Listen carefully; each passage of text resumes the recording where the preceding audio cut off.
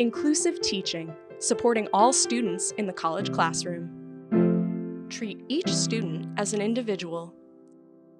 Another strategy to create inclusive course climates stems from the principle of treating students like individuals.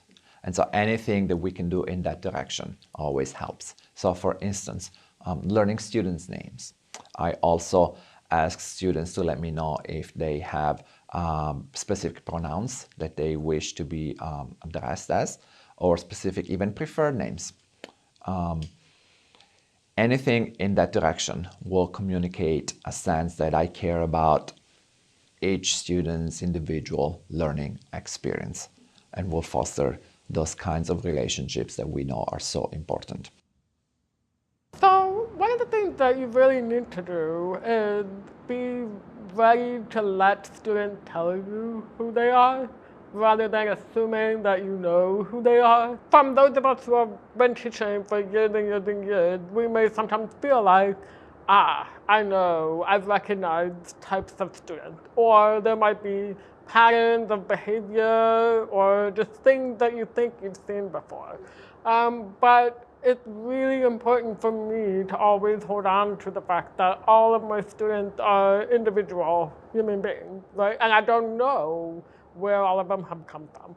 So creating that environment where I'm inviting them to let me know what they need, inviting them to let me know who they are, is really important. And so I do that in a number of ways. I teach a lot of writing classes, so writing is almost always a part of it.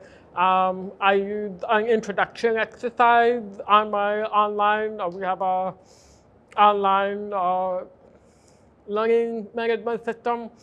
And so students will post an introduction, and it's also an activity that sort of like learn how to post something. I spend a lot of time throughout the semester, right, trying to figure out where are the ways that they can bring to me, how can I communicate to them that this is something I'm open to and receptive to? So there's language in my syllabus, right, that says, your learning is important to me.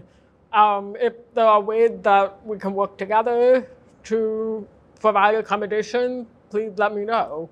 And then I have these regular reminders about office hours, right? Because office hours are something that students, sometimes you'll have students who are just lining up, but a lot of the times you sort of have to be like, remember, office hours, I have this thing, it's like 3 opportunities for you to talk to me about whatever's going on in the class.